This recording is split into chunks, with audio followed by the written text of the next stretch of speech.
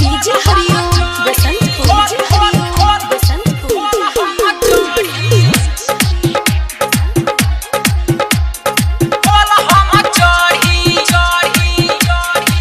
काहे बोलवला तू हमके अकेला काहे बोलवला तू हमके अकेला लेबो तू चुम्मा के खेलबो हो खेला काहे बोलवला तू हमके अकेला लेबो तू चुम्मा के खेलबो हो खेला कोरो हो कमावा जल्दी अरे कोरो हो कमावा जल्दी लागो त डरवा हो बोड़ी अरे खोल हम चढ़ी अरे खोल हम चढ़ी अरे आओ ना रे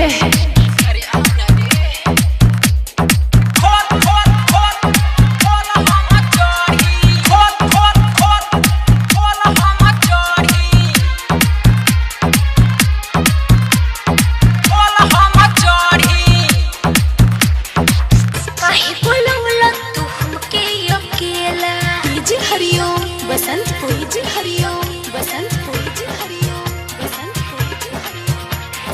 खोल खोल खोल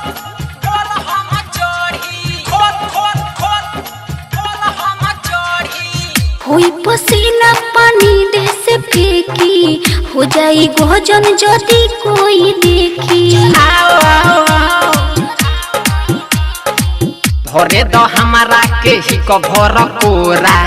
गोरी फसावे दो सुई में डोरा अरे हो जाई कुआ में हाला डोरो लागो त हमरा हो गोड़ी अरे खोल हम चढ़ी अरे खोल हम चढ़ी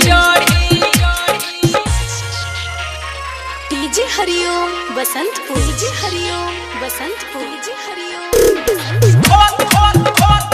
खोल हम चढ़ी खोल खोल खोल खोल हम मिक्स बार रिदम स्टूडियो दरौंदा खोल हम चढ़ी ऊपरे हो पर पोके तू छोड़ो हमरा के ऐसे ना तू झोक झोरा आओ आओ आओ बानी बेचैन ते हुआ वो तो नी पास रे